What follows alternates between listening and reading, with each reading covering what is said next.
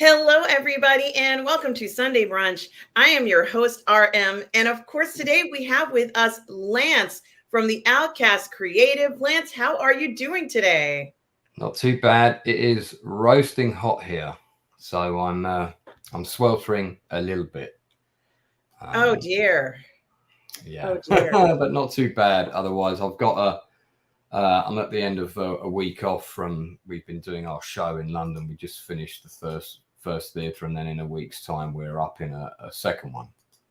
That's So fantastic. And we need yeah, to talk about your show as well before we even go any further. I do want to say hello to everybody. And then let's talk about what you've been up to, Lance. Um, we have Irene Jobson with us saying something smells like biscuits and gravy all up in here. Well, Irene, I would love to come over and see what your biscuits and gravy taste like. I know they would be sopping good. So good to see you, Irene. our And retro nerd girls there as well, and Darth Plato. yes, that's right. And we also have Tom Jr. Jackson says, "Good morning, Autumn." And Tom, Russ could not make it today, so Lance is here today. Says, "Good morning, the chat and all the ships at sea." Yes, to all the ships at sea. Tom Jr. Jackson, certainly, and letting everybody know that there is no Let's Get Physical Media today. It will return next week. So just so you know, so I had to cancel something. Robert canceled something. It's very interesting. We're having a crazy, crazy weekend. Stavros is here. Hello, Stavros. Hello, that's got to be a Greek name, I'm guessing. So I'm going to say Yassas and Kalimera. And we also have Bonzo Kilborn says, "Where's the party, y'all?" It's here. That's right. It is here. Bonzo, My it's a pleasure to see you. Darth Plato says, "Hey, gang." Well, hello, Darth Plato. How are you today?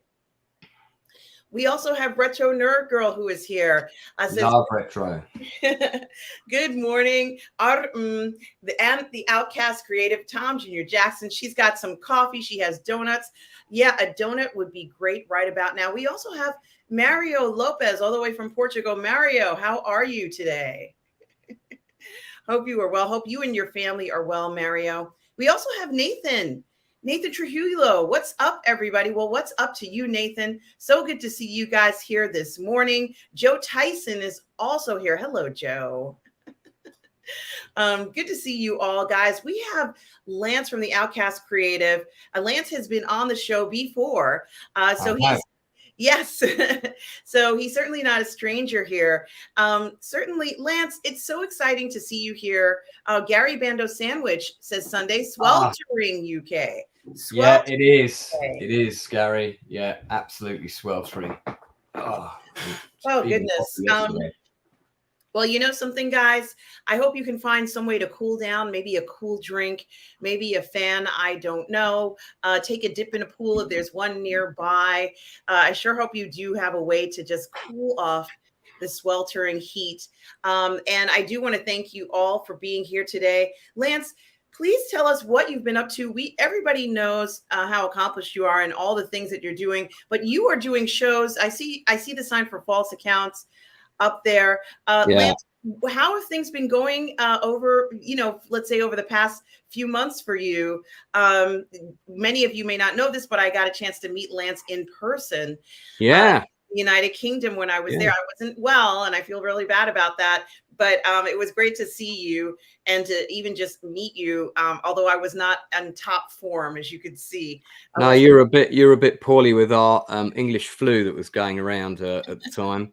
So I was quite glad you didn't manage to give it to me.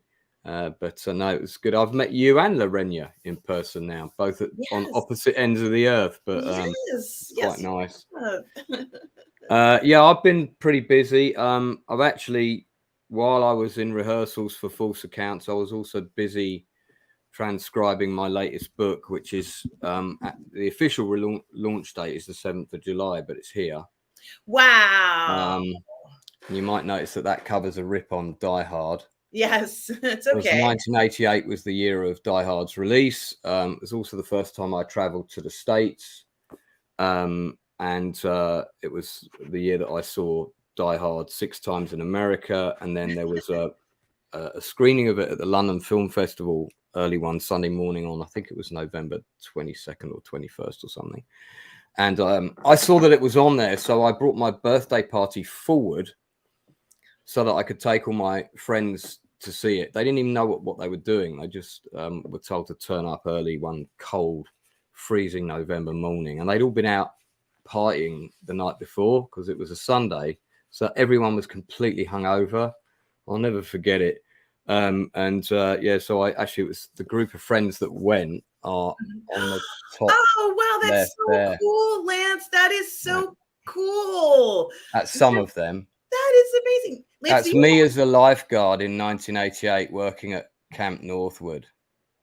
And there's some of the other camp counsellors, including Billy, who actually became a producer on False Accounts last year. He's got his Scottish shorts on now. So this is one of the few years where I kept a diary every day. And so what I've done is I've transcribed the diary exactly as it was written, which is going to be hugely embarrassing for me because it just sounds like a whinging sort of Dawson's Creek type affair about trying to get this girl or that girl to go out on a date with me. It's quite embarrassing. And then what I've done is older me has put comments under younger me's entries. So older me is like having a go at younger me. Yeah. But the most significant thing about the book is that this was the year that I saw about 137 films that year. Wow. And to give you an idea of some of the films that came out that year, and if you think about how many good films came out last year, just really puts it in perspective. So a number of good ones that came out were The Boy Who Could Fly, Moon Over Parador, Coming to America, Stealing Home, Married to the Mob, Betrayed, Some Kind of Wonderful, Fish Called Wanda, The Hidden. I'm not reading them all out. The Blob remake, Die Hard, of course.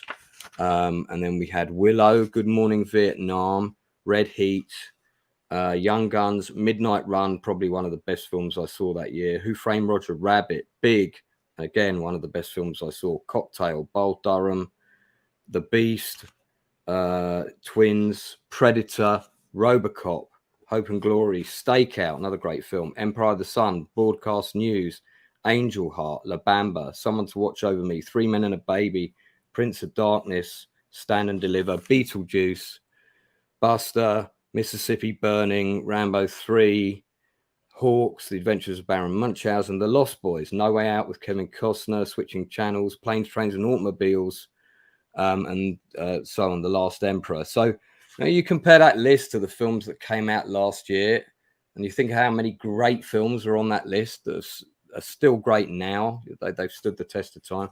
Just goes to show what a difference the output is in the film industry now, which is a bit of a shame, really. But all those films are listed, and then I review them as I see them. So when they turn up in the diary and I went to the cinema, I've reviewed all the best ones and a couple of the terrible ones as well. So Ponzo, yeah, mate, that's not a bad idea. Well, Lance, you have to tell us how we can get this book of yours. It's on Amazon. We're gonna have to find that link. It's already on there, but I would say don't get it yet because I had to put it on sale to get a load of author copies to sell at the play when we did it the other week, and I only got a few because I knew the book wasn't ready. It was still hadn't been properly proved. There was a couple of film reviews missing and things like that. So I'm still tweaking it a little bit. So I would buy it after the 1st of July. It's probably when it will be the definitive. And what is the title of your book, Lance? It's 1988. 1988. That's the year of the diary. Okay. Yeah. So and then the other thing, of course, I've been doing is False Accounts, which is the true story of the post office Horizon post office scandal. It's called. If you Google that, it will just be like that. And some of the real people came to see the show actually last week, including 2 women who were portrayed in the show. Mm-hmm. So there was one woman who was wrongly sent to prison when she was pregnant, 3 months pregnant, for stealing money she hadn't stolen. And she was sitting on the front row with her husband. And they loved the play. We called them up on stage when we took the bow at the end. And there was another lady, Tejo, who was also there with her daughter. And the couple on the front row were crying all the way through the play, and of course my actors could see them crying, so they just fed off that energy. So the emotion of the performance just got so raw, it was just unreal. It was everybody took their acting to another level that day. So yeah, that was pretty intense. So that's what I've been doing, and we're off for a couple of weeks, and then we're on for 7 days at a theatre called the Gatehouse in North London. Which maybe actually of course maybe Russell will come along and we'll catch him there. That'd be good. It would be great. And you know something, Lance, you've been talking about false accounts, which is just such a horrendous story of what happened. And I don't know all the details, so you would have to correct me if I'm incorrect, but it has to do with some kind of faulty system that showed shortages, more or less, and people were imprisoned for this. Yeah, it was a computer system that was launched basically before it was ready. It hadn't been properly tested. It had been done kind of low budget, and effectively the version of it that they launched was actually the prototype. So it wasn't ready, you know, as simple as that. I'll drop the link for the play in the chat so people yes I would appreciate that. And Russ, you did something that I absolutely love as a creator. You went ahead and you created a play about the event which you're showing it, and it's just absolutely fantastic that you did this, Russ. And also in some Lance, not Russ. Sorry. See, I That's said right. that before, didn't I? Yeah. Lance, in some cases you even have spoken to the individuals who were affected by this scandal. Yeah, I actually only spoke to one of them before I wrote the script, because I was trying to find the way with the narrative myself. I always like to do that and not get too much influence. But I interviewed about 7 people that were involved in the case at various different places, like one person who worked on the helpline, which was known as the Hell Line because it was no help. Somebody who worked at Fujitsu, who designed the thing, who became a whistleblower, also spoke to me. And then I spoke to the guy who was the main forensic accountant, who kind of brought the whole thing to into the public domain, and also Nick Wallace, who's done an amazing book about it, which I've probably got somewhere around. I think somebody might have borrowed it, but it's called The Great Post Office Scandal. You can get that on Amazon. It's a very, very good book. Absolutely, guys. So please go ahead and I'm just, do we have the you said you had a link for me, but we're good. I popped it in the chat already. It's in there. there. You did? Yeah. Okay. So guys, by the way, they're making a 6-part drama series about this story. It's actually shooting now. Wow. Called Bates versus Post Office, because Alan Bates, who is loosely based on Postmaster 5 in our play, we've got 5 postmasters, has been cast with the actor Toby Jones, who is also in the latest Indiana Jones film, I think as Phoebe Waller-Bridge's father. I think he plays. He's a phenomenal actor, so I have no doubt that drama series is going to be really good, and that will be something that, of course, should travel internationally. So I'm sure everyone will be able to watch it and see what the scandal was all about. Yeah, and I have to say, this is kind of so fantastic that you decided to make it into a play to focus attention on this. It's really amazing, Lance, that you decided to do something like this. And of course, this had a profound effect on so many people. Yeah, as you were saying, this really is phenomenal. I've gone onto your channel, The Outcast Creatives, and seen many of the streams that you've done with members who were affected by this scandal, and just the response from them about this play. I mean, it's so incredible that you're doing something like this. What a year you're having, Lance, with this production. Well, it's certainly better than my year last year so far, that's for sure. Well, guys, not one to look back on fondly. Well, you know something, I'm glad that things are kind of turning around. And I'm also glad that you're here so that we can talk about it, because I remember when I was in the UK, I think the show hadn't started yet, which would mean that I wasn't going to be able to see it. So no, I think were you there just before Christmas? I was there in April. Oh no, that's right. Sorry, that was somebody else. Yeah.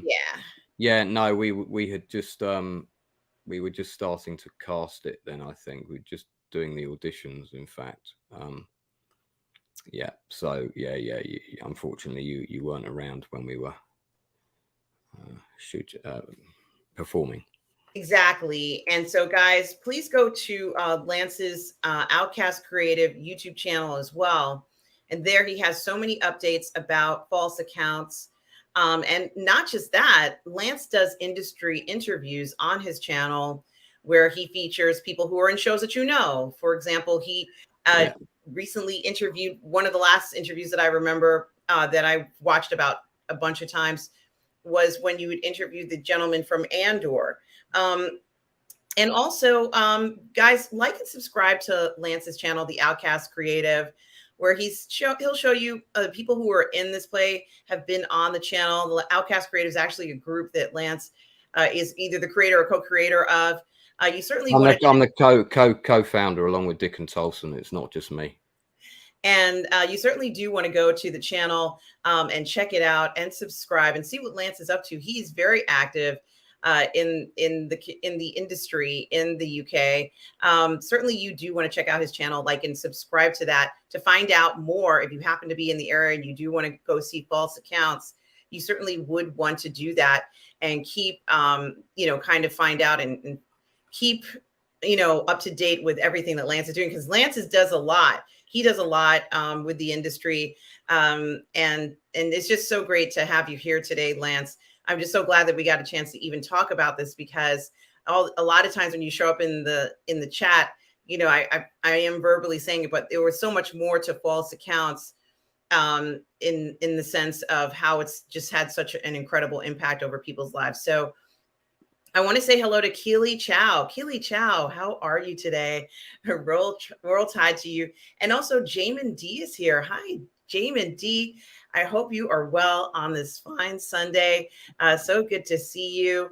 And guys, don't forget that Lance also has, for those of you who just joined, Lance has a book that's coming out. He wants you to go ahead and check it out on July 1st, called 1988. It is autobiographical and a review of movies that are retro. And guys, you know how much we love retro movies. We even have Retro Nerd Girl in the chat here.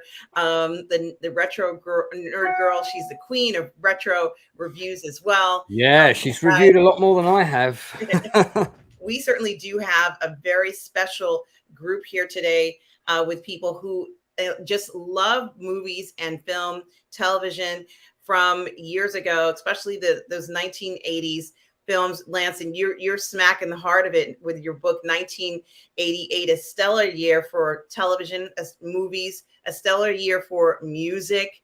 It really was phenomenal, and for theater as well, Lance.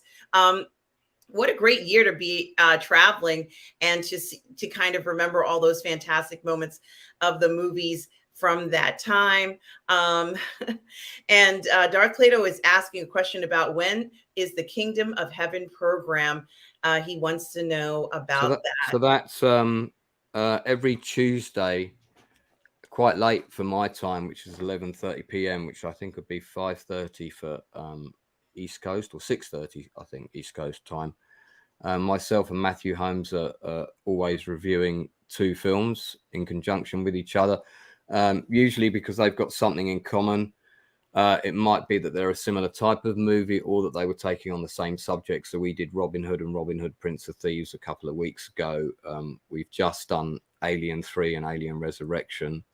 And we're doing, this Tuesday, we're doing Kingdom of Heaven and the ultimate cut of Alexander, which I've got here in the wrapping, especially for the streams. This is on this Tuesday. I still haven't watched this yet, and this is like about 90 hours long or something, so I'd better get on it and watch it before then.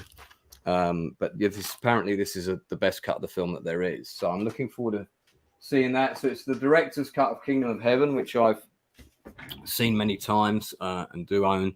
So we're contrasting those two, and And they're kind of, I suppose they're both kind of ultimate director's cuts, really. We'll be talking about them and comparing them to the original releases, and just also saying what we think about the movies. The following Tuesday, we're doing When We Were Soldiers and Black Hawk Down, so we got that lined up as well. And I was supposed to be interviewing David McGiffert today, who's the first AD from all 3 Back to the Future films, Who Framed Roger Rabbit. He did a lot of stuff in the 80s and early 90s, but he had a family situation, so he had to cancel. But we're doing that at the same time next Sunday. So 11 p.m. my time, I think about 5 p.m., 6 p.m. Yeah, 6 p.m. your time, I think. We should have him on the channel. So that's going to be great. Well, guys, please make sure you check out and subscribe to the Outcast Creative channel. I did put the link in the chat there, so please make sure you do that. As Lance has said, he has a lot of projects going on. You want to make sure you're keeping up to date with all of that stuff, including on July 1st when his book will be available on Amazon for sale. We're going to promote that, Lance, here on the channel for you. Much appreciated. That's great.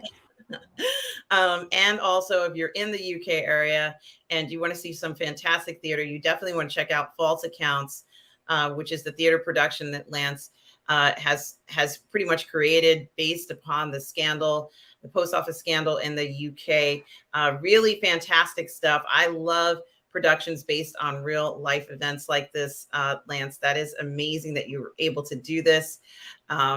It's so exciting, everybody. And there's some other announcements here in the chat. Tom Jr. Jackson has his own YouTube channel, guys. Tom Jr. Jackson, moderator, collaborator, and friend, has his own YouTube channel, guys. Subscribe to Tom Jr. Jackson's channel here in the chat. You'll see it there. He has fantastic shows. He does a live Funko Pop Friday show that is amazing. Also, he has probably about 100 reviews on his channel. So you do want to check those out. He is amazing and is always making thumbnails and things for me. And I so appreciate that. We also have here, I'm looking for the other links. Give me a second, guys. No problem. Let me dash to the bathroom real quick, if I may. Sure.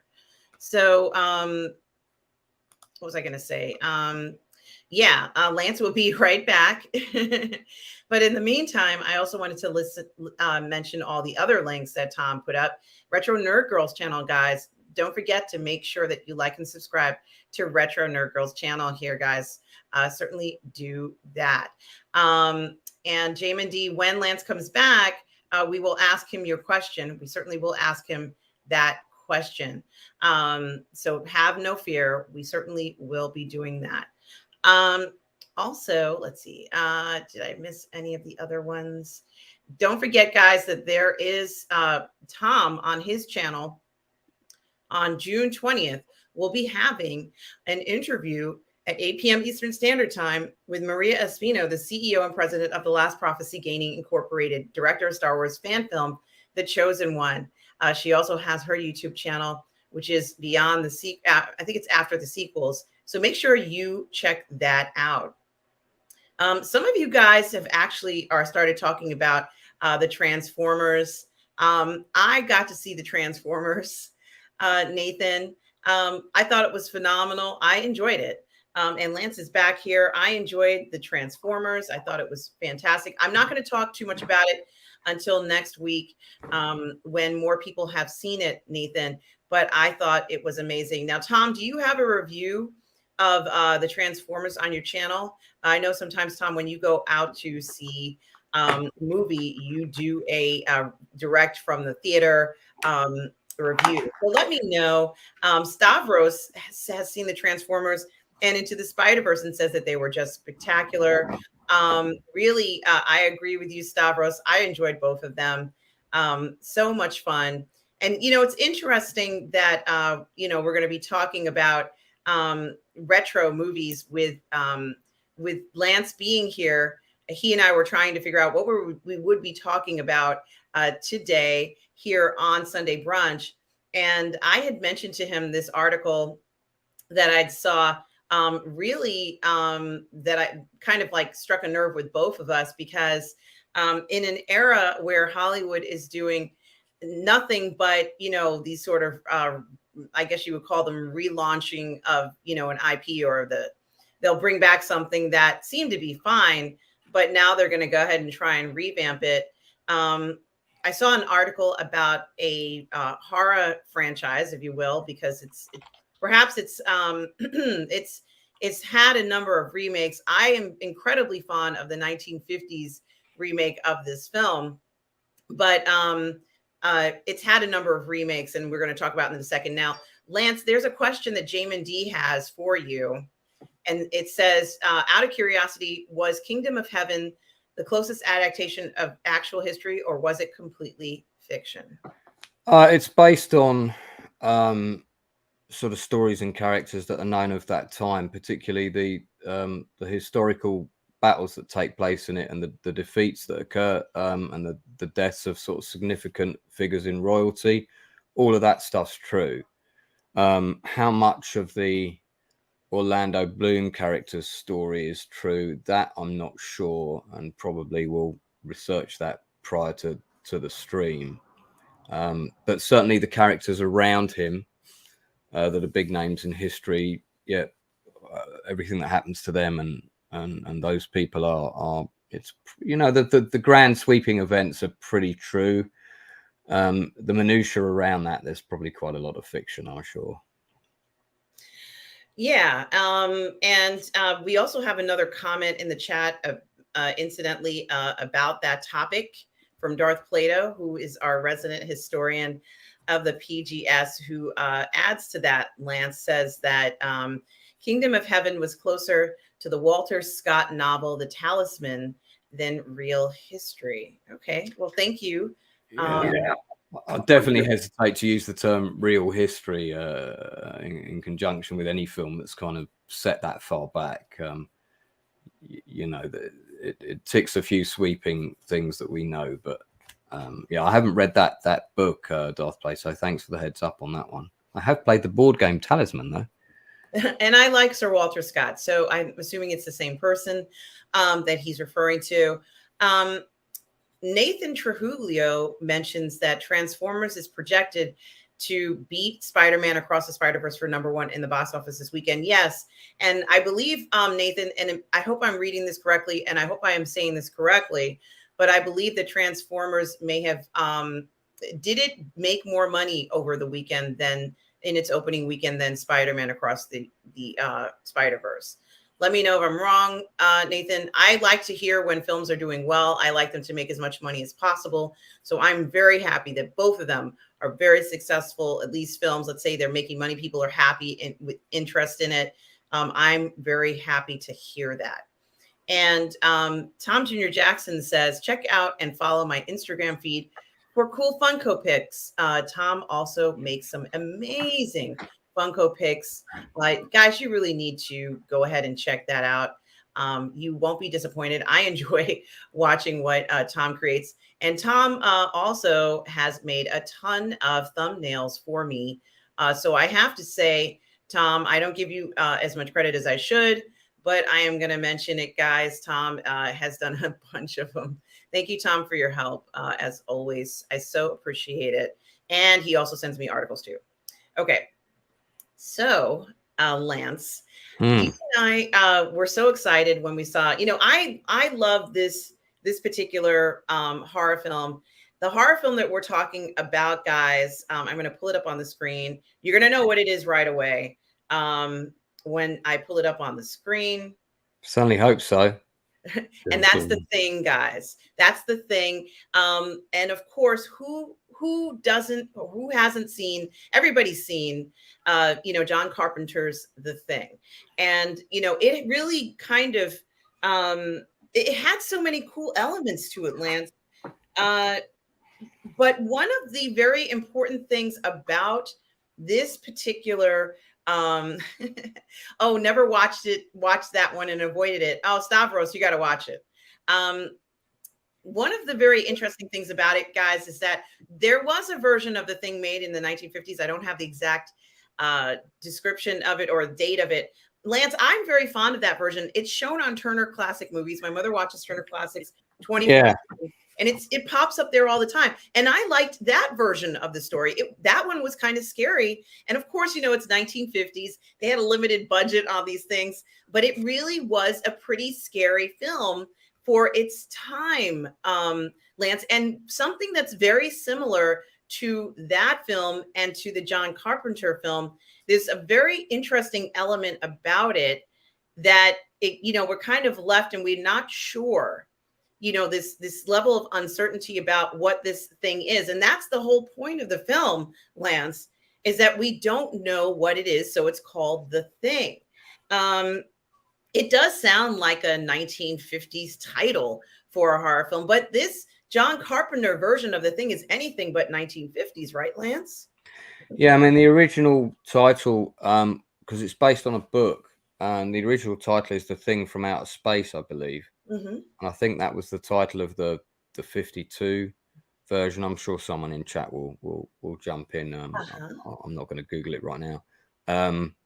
I think listen, for me, this is one of those rare occasions where the remake is actually better. I think because technology had moved on, and also they were able to take the whole narrative of this could be anybody.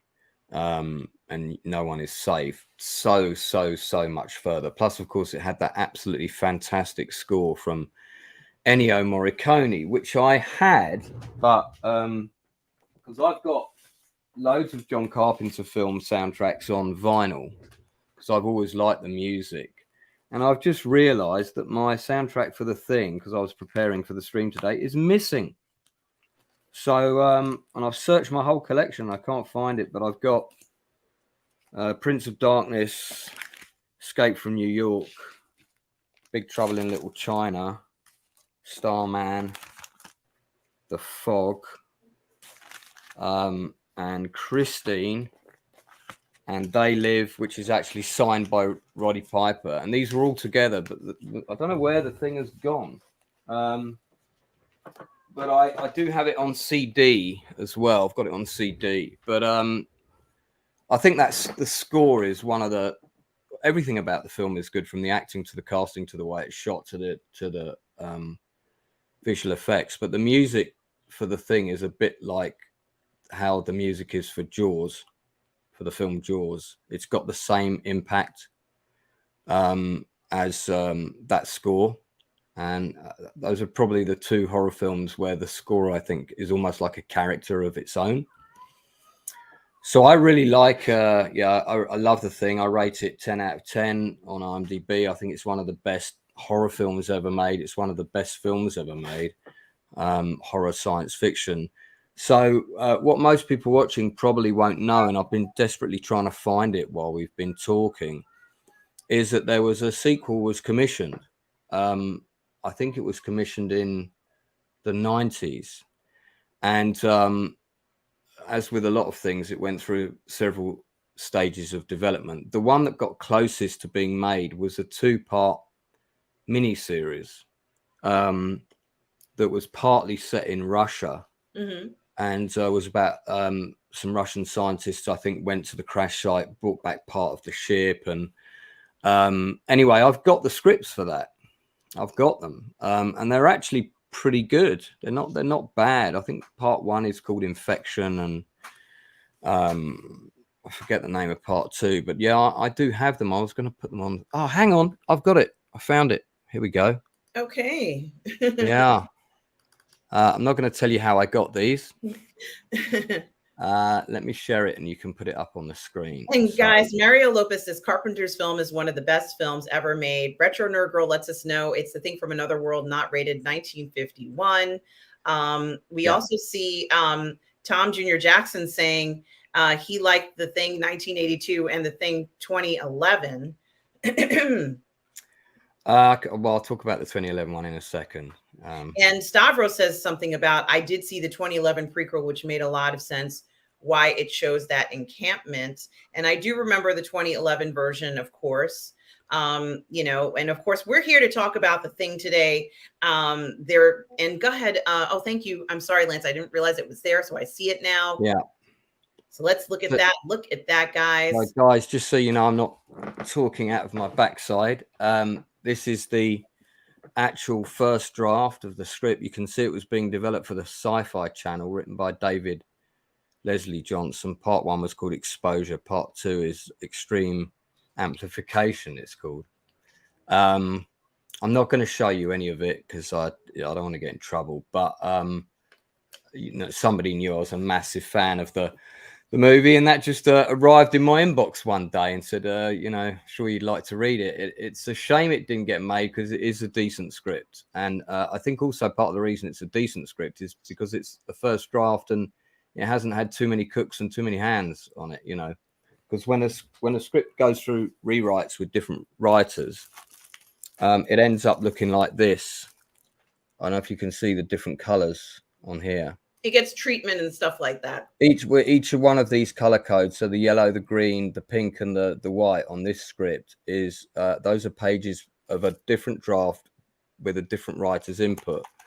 And this is actually the final shooting script of episode 1 of the Pacific, which was a shame I didn't mention I had this when we were doing Midway the other night, because of course it's quite relevant to that. So this also appeared in my post box one day. So people keep sending me these things. So it's interesting to see how many rewrites something goes through. But yeah, so let's talk about the sequel a little bit then. I was not happy with the sequel at all. I was glad it was being made because I thought doing the prequel about the other base with the Norwegians was a really good idea. The first people that found the ship, and I thought, yeah, that could actually be quite interesting. And they stuck to that story fairly well. So there was a lot of aspects about it that were really good. But the last minute when they were doing the post-production, they chucked out all of the practical effects, did reshoots, and most of the thing effects, not all of them, but I think about 75%, were all replaced by CGI that doesn't look that good. The other thing that really annoyed me was that they broke the rules of the universe that they'd already established. And for me, as a writer, that's a massive no-no. So they made the thing have, you know, it could shoot out these powerful tendrils at extreme distance and hit people. You know, even while it was out in the open. Whereas in the first film, we've established that it feels vulnerable out in the open and it doesn't like to expose itself. And it also didn't really, I mean, it could form things and it could chuck things at people, but it took time for it to do that. It wouldn't happen instantly that it could fire things out of its, you know, things would have to form, and it was just done a little bit differently. Here it was like razor sharp fast, and it just felt like the abilities of the thing were more powerful than they were in the first film, whereas actually its abilities should have been weaker because it was only just coming back to life, because it had only just been found frozen. So if anything, it should have been even more groggy and less able to form other shapes, or not to be able to do it so quickly. And that was all done with CGI as well. And I just thought, this is nonsense. You're breaking the rules from the movie we've already seen, and giving it more powers than it actually has. So for me, that's what killed the film. I didn't like it for that reason, sadly. Well, I do want to mention some other things that some other comments here in the chat. We have, I'm forgetting what I'm doing here. Lugnut6 is here. Hi, Lugnut6 says, hi, oh, gorgeous queen of the positive heart, RM. That's so kind, Lugnuts. I love that. And the Batman of Sundays.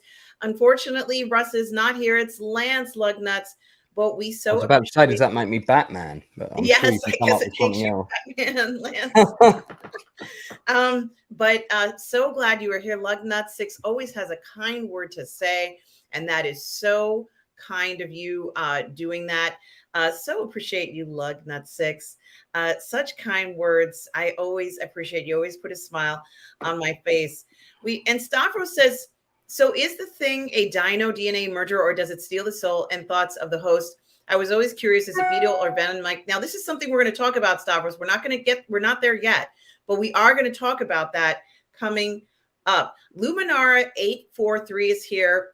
says, good morning to everybody. Well, good morning to you, Luminara 843. She is the queen of figure flex, 1/6 scale figures. She's also a gamer waiting to find out the details of Fable 4, which will be announced soon.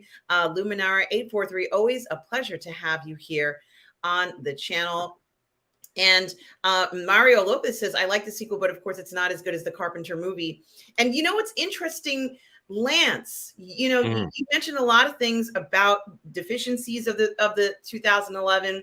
You know, for me, I think the original one from the 50s and the one that John Carpenter has made are so incredibly strong and stuck to, for the most part, the formula that we know. The most important thing about this creature is that there are things that are unknown. And, you know, in this article, which we're looking at, it's from Collider. The article makes a very good point, but I like what you had mentioned, Lance, about the effects. And of course, Marco is here. Hi, Marco. So good to see you this morning. This is really important, Russ, because, oh, gee, Lance, because when we're looking at these effects, you know, I noticed that in the 1950s, it was all practical effects. There's no CGI.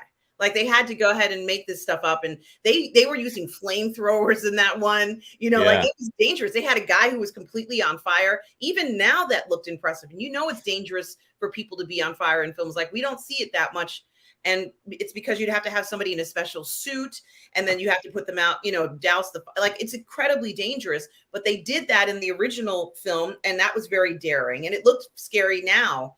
Then with the practical effects in the John Carpenter's version, that was also terrifying.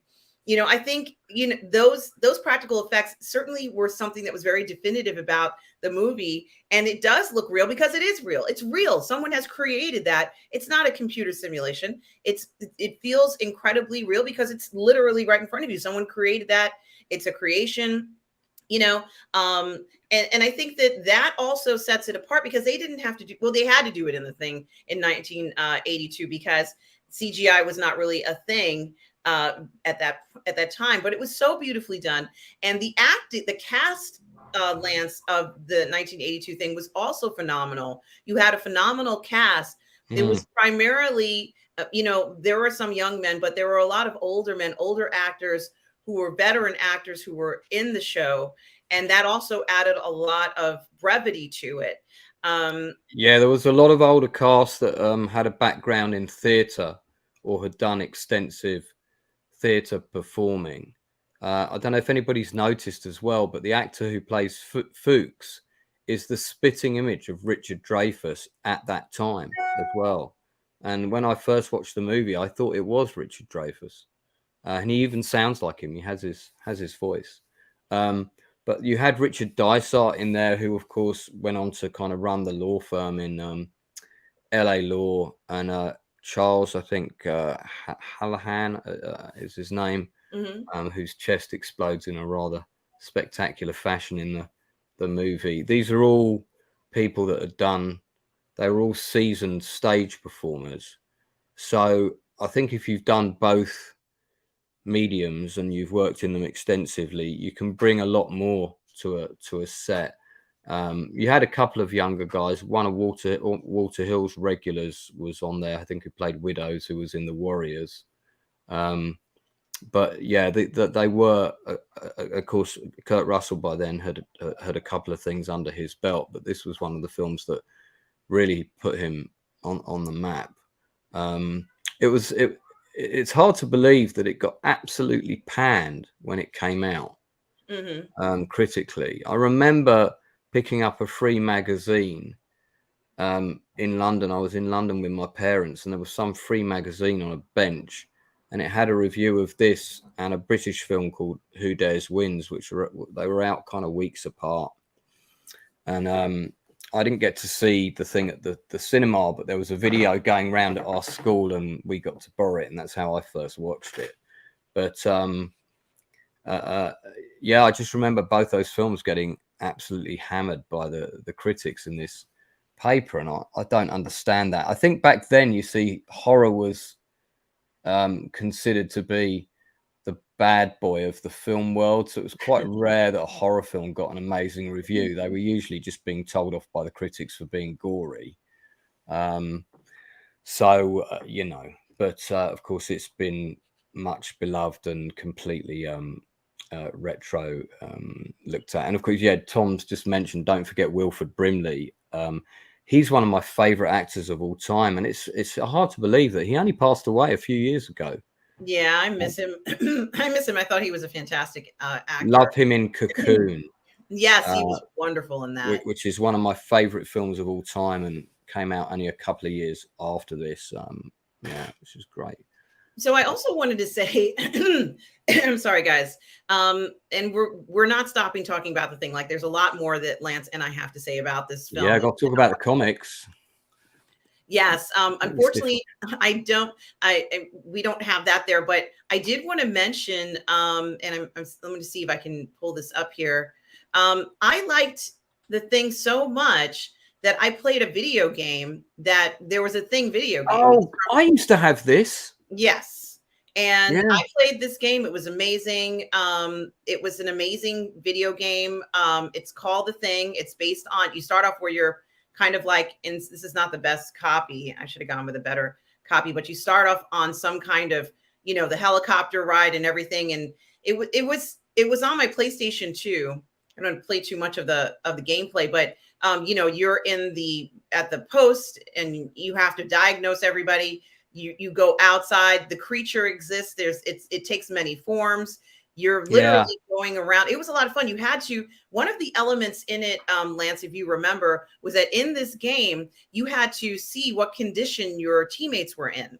And if they were all freaked out, you know, you had to decide whether they needed medicine or, you know, whether they were the thing or not. They were very interesting, just like as if you were part of the crew members in the movie. And it was really such a fantastic recreation of, you know, the idea of the thing that I thought it was really a hit. I never beat the game, but it was a fun game. That's how much I enjoyed this, this concept of the thing, that I played this game. And like I said, it was on a PlayStation 2. It was from 2002. So we're talking over 20 years ago that I was playing this game. You know, it was just phenomenal to even have something like this at the time. I have to share it with somebody. I didn't know you knew the game. It's so nice somebody else who knows what I'm talking about. Yeah, I played it. I didn't manage to complete it. It was because I remember it was quite hard. Yeah, it wasn't an easy game to play because, like I said, you had to go ahead and do all those parts where you had to commit a fair bit of time because it was well done, but it was a slow burn. It was very similar to that Alien game that came out a few years back. Yeah, Alien Isolation. Alien Isolation. It's very similar to Alien Isolation in terms of tone and the type of game it is. Obviously, you have to do things slightly differently. Yeah, I remember going out to those lights that led out to the shack and. Yes. Yeah, I remember that. So no, it's good. I thank God somebody else knows about this. I enjoyed this game so much, Lance, and I did just want to mention it because it was so much fun to play. I felt that the game even was very true because you once again didn't know what you were dealing with, and that kind of was a very important horror aspect to this story, to the thing. And I think that that's incredibly important. I also want to say hello to Thalia Meyer. Hi, Thalia. How day to everyone. And Lance, you popped this up here. Tell us. These are the graphic novels. I actually own these. I've got the entire collection in a shoebox in the shed, done by Dark Horse, who back in the late 80s, going into the sort of mid 90s, they picked up a number of IPs. And unlike Disney, they did very, very good sort of sequels with these IPs. They did Aliens. They did the first Aliens versus Predator graphic novel, which the storyline of which was way better than the Aliens Predator movie or movies that were made. And I have that also. There's a number of Alien spin-offs. Some of them are better than others. But this is the thing. And it picks up right where the film ends with Kurt Russell's character, MacReady, in the snow. And he's dreaming. And he dreams of a squad coming to rescue him. And one of them sees an injured seal and goes to touch the seal, and the thing's in the seal, and it comes out and attacks them, and then he kind of wakes up and he's had a nightmare, and that's the point actually at which this rescue team find him, and they take him on board. They've come from a submarine, a US military submarine, so they take him on board the submarine. Of course, one of the team members is infected, and so on and so on. And as you can imagine, the thing on a submarine would actually work really well. So it's pretty good. And then I think it's 4 comics was the first miniseries, which kind of ended with Childs turning up. And then because eventually they had to destroy the sub, and it kind of ended in a similar way. Almost everybody died.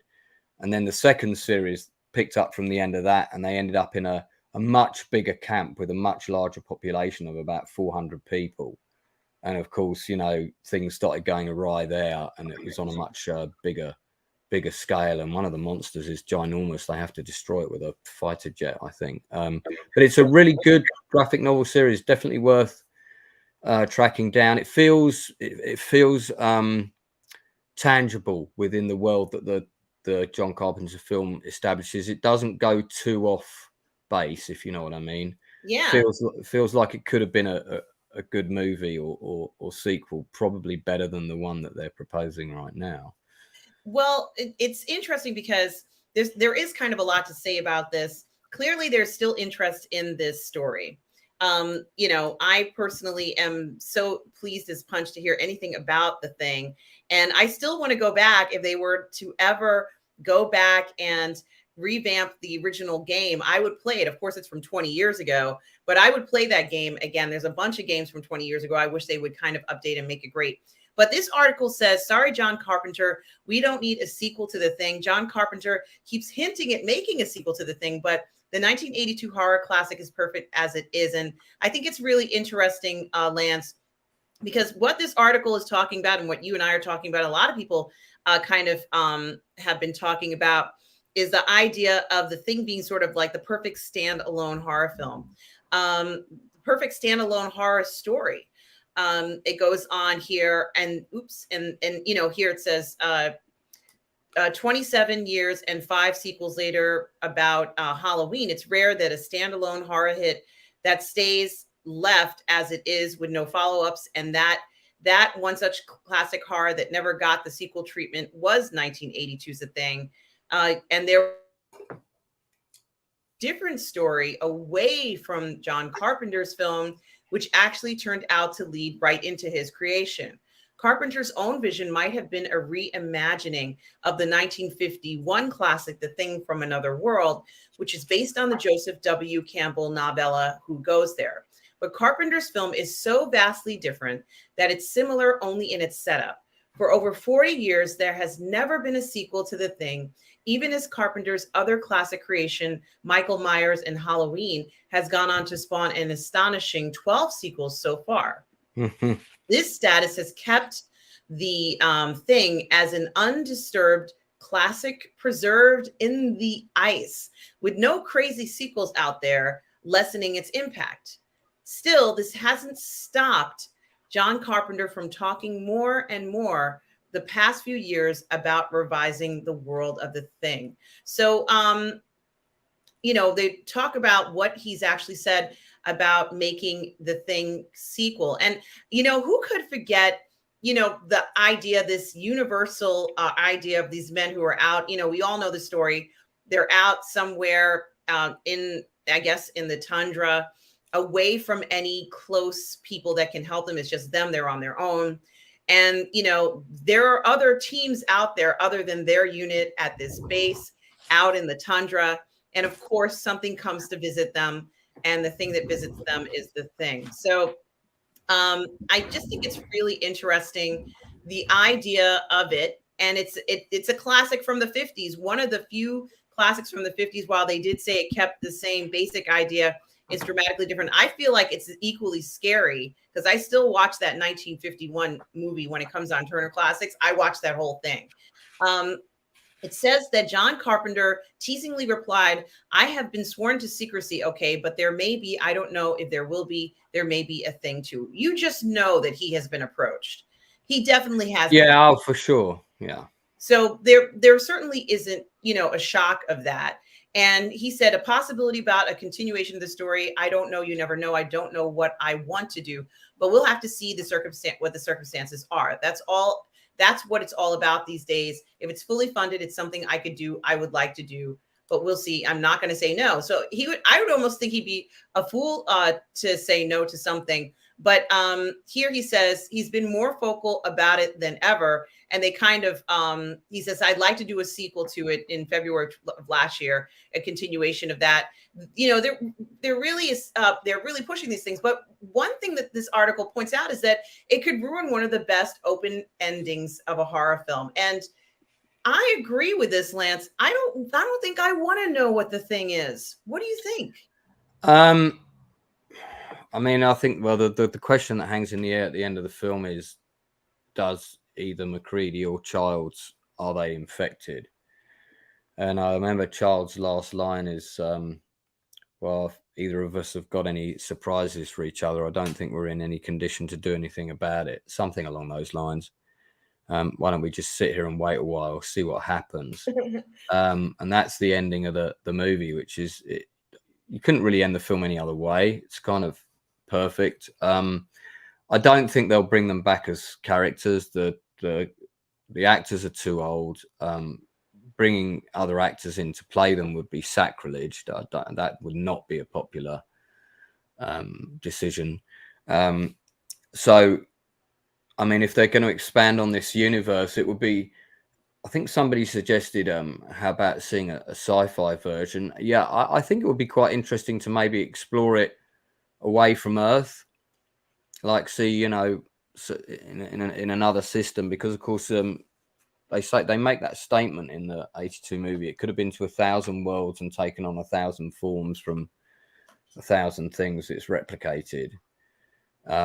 And we get a sense of what some of those things are. Like, obviously, some of them are kind of giant spider type creatures, and there's various other things which we know it didn't assimilate on Earth that you kind of see bits and pieces of. So it would be interesting to kind of, for example, why did that ship crash?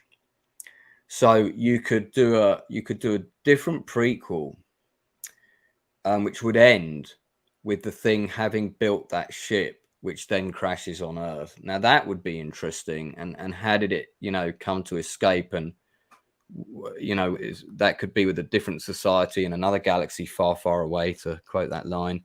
I think that would be quite nice. So yeah, as Retro's just said, it would be a kind of origin story. I think that would be really interesting. I don't want a story about where it was a weapon that was made in a lab by some alien race and it got out of hand. That's been done so many times, and they did that with Alien, and it's kind of ruined it for me. And I don't want a story like that. So I think it is just an organism. This is what it does.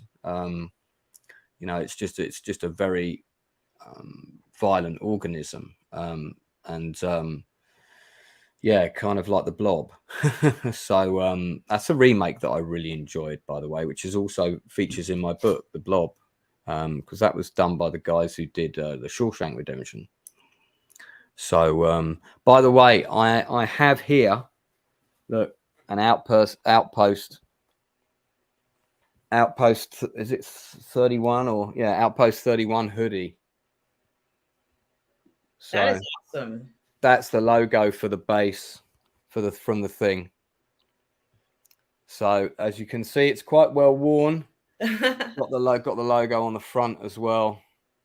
It's proper knackered. I've had this hoodie for ages. Yeah, Outpost 31. So I've been meaning to get a replacement for it, because this one is. I've got an Outpost 31 t-shirt as well. I should have actually worn that for the stream.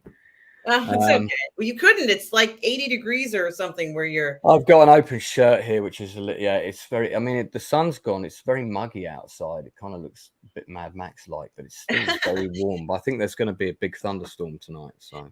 I mean, we had crazy weather this week because we had those. Unfortunately, just north of here in Canada, there were these wildfires that are still burning, and the smoke from the wildfires made its way down the northeast here, where I am in New York. And you couldn't go outside. It smelled like something was burning. It smelled like everything was on fire. And The smoke, it was an intense, deep smell that if you went out there, you couldn't ignore the smell. And it actually burned my eyes a little bit. So I had to close up everything. And so you can't use the AC because it recycles the air. Then the smell would just pervade itself throughout the house. But it was actually an air alert day in New York for a few days, where Tom is in Westerly, more or less. I probably have the town wrong, near Rhode Island, Connecticut. It was up there as well. So we were all affected, people who were sort of in the New York, New Jersey, Connecticut, Rhode Island area. But now that that's passed, it's kind of, we're back to normal weather. But yeah. And Stavros says weather is finally evening out down here. Thalia says, I saw the movie from 1982, and makes a good point to say, and after I found out that it was a remake, I watched the one from 1951. So Thalia, what did you think of the one from 1951? Please let us know what you thought. It would be interesting to get your opinion about how, like kind of like what you thought about it. Another thing that Darth Plato makes a point about, and this is really critical, is about the open ending. The fact that you don't know what it is makes it scary. But I'd say even the fact that you don't know what's going to happen at the end makes it also scary, guys. The fact that we don't know what happens, what it is makes it scary, but also we don't know what happens at the end when you're just kind of left, as you said, Lance, where they're kind of, we're just going to sit here for a while. And then the article goes on to say one of the best parts about The Thing, a film that was panned by critics and bombed in theaters at the time of its initial release, is its ending. It's one of the best horror history. The Thing centers on a group of all-male researchers in Antarctica who encounter an alien presence that can assimilate its victims. It turns the film into one of the claustrophobic paranoia with none of the men, and the audience is well knowing if they can trust the person next to them. Is this their trusted friend they're talking to, or the alien in disguise? He goes on to say Rob Botton's masterful practical effects and some well-written characters, with Kurt Russell, who looked pretty hot at the time, as the cool leader of the group, R.J. McReady. The Thing builds and builds, with one man after another being killed by the creature. In the end, their station is blown up, and McReady and Kevin David's Childs are the only two survivors. The two men are untrusting of each other. Is this their friend who survived with them only to freeze to death in the elements? Or is this the alien they were talking to? Now, in the 1951 version of this movie, the alien can survive freezing temperatures like forever. I think it was very interesting that they made a point of showing that in the 1951 version, and perhaps they showed it in the 82 version. I don't remember. But the point is that they'll freeze to death, but the alien, if the alien is there, can always assimilate them and survive in this cold weather. So as a human, we have these, limits to survival, but this alien creature doesn't seem to have a limit. Thalia, she didn't respond. I just want to also say hello to Random Rick Reviews. Hi, Random Rick. Hey, Rick. Saw that. Yeah, it was kind of billed as a sequel of sorts, if I remember. Yeah, Random Rick, I'm guessing you play the 2002 video game. For me, I played it on a PlayStation 2. That's how long ago this was. Yeah, that's what I had it on. Yeah, it was a great game. And you're right, Lance, it was really hard game. I never beat the game. I don't even know if there was an ending to the game. I couldn't beat it, but I enjoyed playing it so much. And Random Rick Review says, it was a great movie, and hello to everybody. But, the idea that we still don't know, and it's open-ended, is brilliant. What happens to them? Is one of them it? Are they both it? Do they die? Are they somehow saved? Is McReady even infected? This is one of the biggest mysteries, there. So I kind of wouldn't want to know anything about it. And that's why I think maybe them doing the origin stories could work. But not too typical origin stories, as you said. Thalia says she liked both of them very much, but I find the original more thrilling. That's so interesting. In the 1951 version, there are men at the base, but there's women at the base too. So I think it's really funny. In 1951, at this outpost in the middle of nowhere in the tundra, they're either Antarctic or Arctic or wherever they are. There are women there. And you know, under contract from the studio to appear yes, in of a film, I course. suspect. That's Yeah. right. And you know, whenever there was a confrontation of this thing, there's a doctor who's very sympathetic towards the thing, and he's completely obsessed with them, and they're kind of growing in a greenhouse they have there. You know, it was kind of fascinating to see. You know, she wanted to report him, and it really was very thrilling. And as I said, that special effect of fire was very chancy. And yes, Mario, this is exactly what we're alluding to, the fact that we never find out, if we're never told if the thing survived or not. And that is so amazing. Retro Nerd Girl says that I prefer the original. The simplicity tickles me. Yeah, Retro Nerd Girl, it is very interesting. Something that I think is also very interesting about the original, and Stavros kind of mentioned, and it may not have been Stavros. Someone mentioned something about this, I think on another stream, about the idea that it does kind of look right after World War II. These guys are wearing aviator jackets, right? Lance, they're sort of like in these aviator jackets. Well, it was made in the period of, you know, really high tensions between America and Russia. The original, I mean, and because the Cold War was already sort of beginning to set in. We weren't quite at the Cuban Missile Crisis yet, but we were getting there. And the same thing with the film The Invasion of the Body Snatchers, the original. Mm-hmm. That was also had a lot of parallels, and of course that was also remade in the I think the remake came out in 78 or 79, but I forget. So those are both films that were originally shot in black and white, had very early versions, and were both remade successfully. In fact, the Invasion of Body Snatchers films, I think, has been remade about 5 or 6 times. But some people still prefer the original black and white version of that. I love the one with Donald Sutherland. God, what an ending! That's another one with an ending that's just horrifying. Yes, but, and you were showing this board game as well. Yeah, this was Kickstarted, and it was one of the most successful board games on Kickstarter ever. I remember when this came out. I have played it. I played it at the games convention I go to in Arizona, or used to go to, and these are the kind of phases of the game. It's played over 8 phases, and you do all these different things. And of course, you're trying to find out who's the thing and who isn't. They brought out an excellent expansion pack, which had these plastic models of all the versions of the thing that had been in the movie. So you can see there's the spider with the eyes on top there. But they also had the dog with it, you know, the claws coming out, and they had the big thing that was like a combination of everything at the end. You had that. You know, I also had the one that was in the shed, and I saw that set in America, and I really wanted to buy it just to have it and paint them up and put on the shelf, and I didn't get it, and I regret it now. So if I see them again, I'm going to get it. No, I'm glad. It's a good board game. I'm glad you brought it up. Clearly, I love to hear about things like this. As you know, I love anything that's related to this story. And yeah, that looks like a great game to play. Certainly something that I want to check out. So something yeah, it looks amazing. I definitely want to check that out for sure, Lance.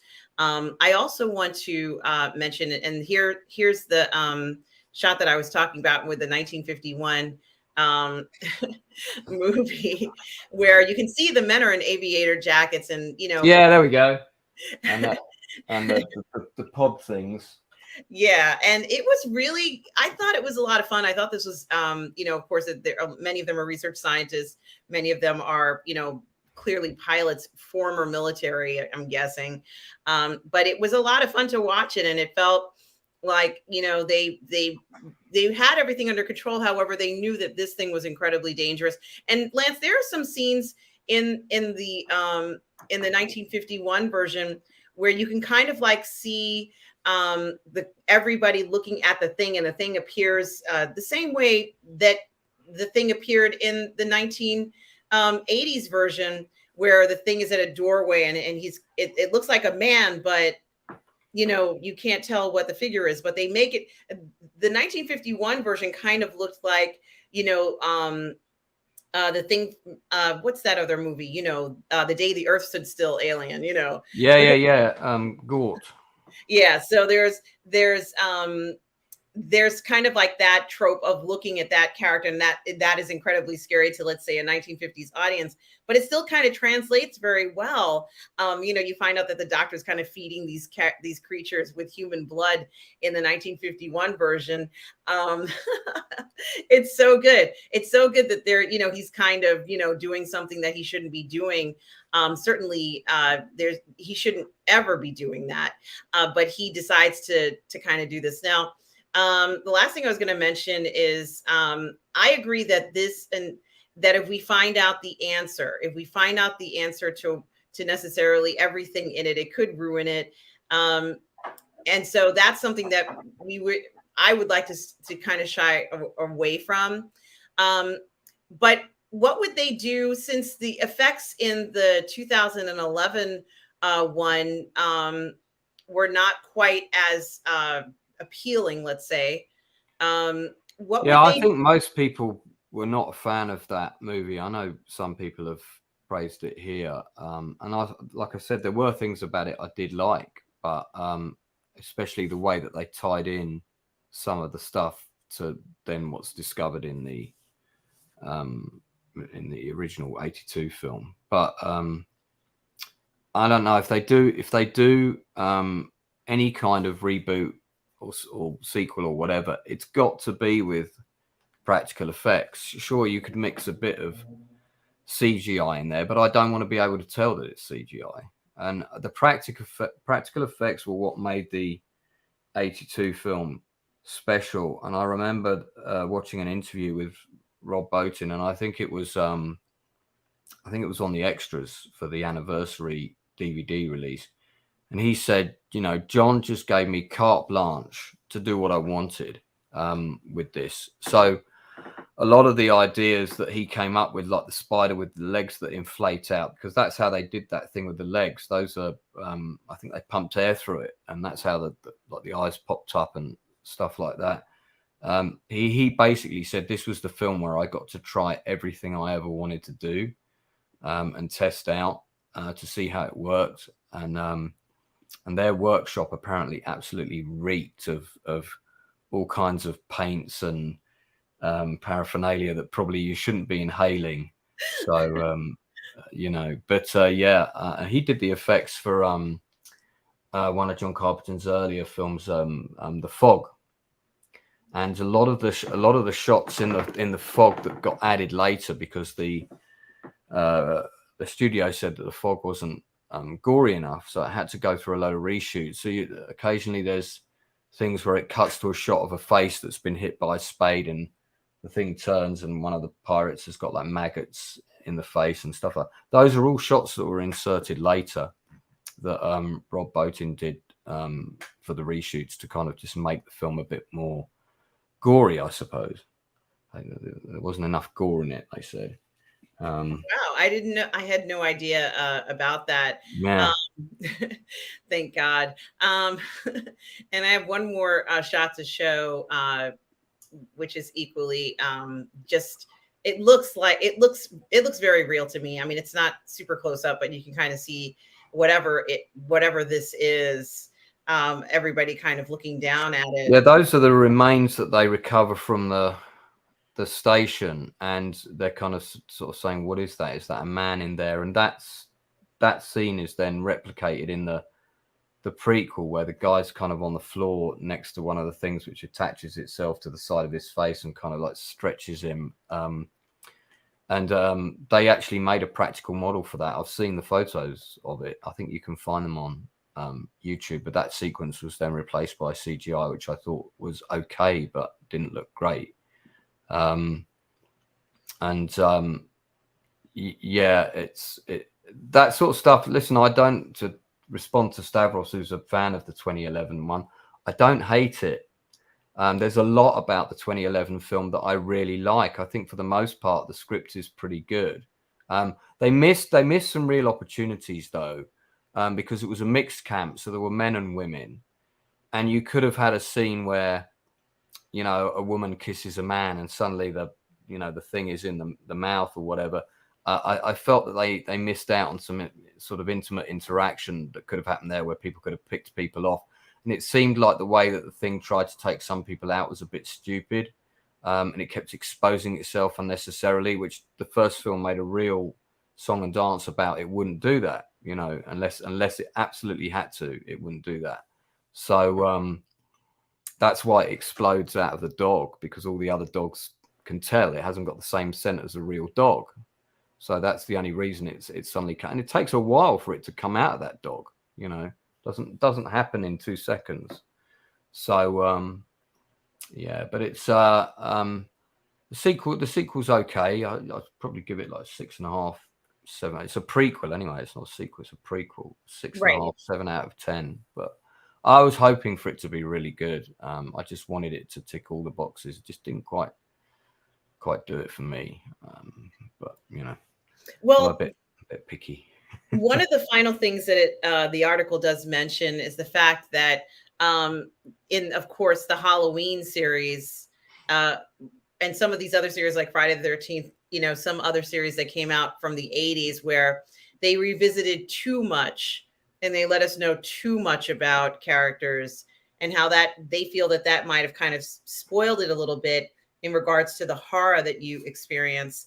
And I have even seen, you know, where Halloween is still a very popular franchise, although it has lost some of its shine.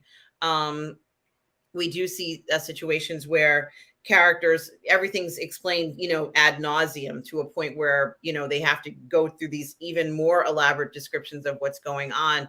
And it does, you know, it gets confusing. For me, it's more confusing than anything else. So I don't necessarily want them to over explain either. That might be some of the most exaggerated versions of perpetuating a series. And I know a lot of people like those franchises, and that's totally fine. But I certainly wouldn't want to see that happen to the thing. Stavros says, that's a good one. I wonder what Antarctica insects there are, or was it remnants of another species when it came? I'm going to guess not a lot. I think the other things that we see definitely came from its time on other worlds. I don't think there are some species that live in Antarctica, but I don't think there's any insects. Too cold for them to survive. And it is very interesting. There is an alien ship in the 82 version. It's an alien ship. That's what they're kind of going into. And it seems to be, you know, that's something else that we don't find out as much about as we could, you know, find out. So at least not that I recall. Actually, somebody asked an interesting question earlier, which I now have an answer for, that we missed, which was, yes. Is it viral or does it clone? So in other words, does it just infect people and then look like them and then can replicate them? Or does it also assume all their intelligence, their thoughts, their memories, everything else? I'm going to say that it's definitely the second one. And I'll tell you why. Because it started building another spaceship, if you remember, in the 82 film. They find it. And now they understand where the power plant's gone and all the rest of it. So if it can't assume the intelligence of the creatures that it assimilates, it would not know which things from the technology of that race would work for it to build the spaceship that it needs from the intelligence that it's assumed from other races to get off the planet and travel elsewhere. So I say that it absolutely does assimilate the intelligence, because if you went to a world where you were completely unfamiliar with the technology and you're not capable of conversing with its inhabitants in a traditional fashion, and you're that creature, the only way you would understand what components to take to create something from that culture to then use for your own device is if you assimilated their intelligence. So I think the fact that it starts building the spaceship out of the parts from the base is definitive proof that that's the case. Yeah, and it was Stavros who asked the question. And in fact, I would say that assimilation is part of its strength and has allowed it to survive. It has to know how to act. And yeah, because it also has to know how to, because it can speak like the person used to spoke to. So it has to also replicate their personality and how they would act in certain situations. And I think when the guy has the heart attack in the thing, I think he really does have a heart attack because it's replicated this guy's heart as it was, and therefore not a particularly good heart. So it will replicate someone's weaknesses as well as their strengths to a degree, you know.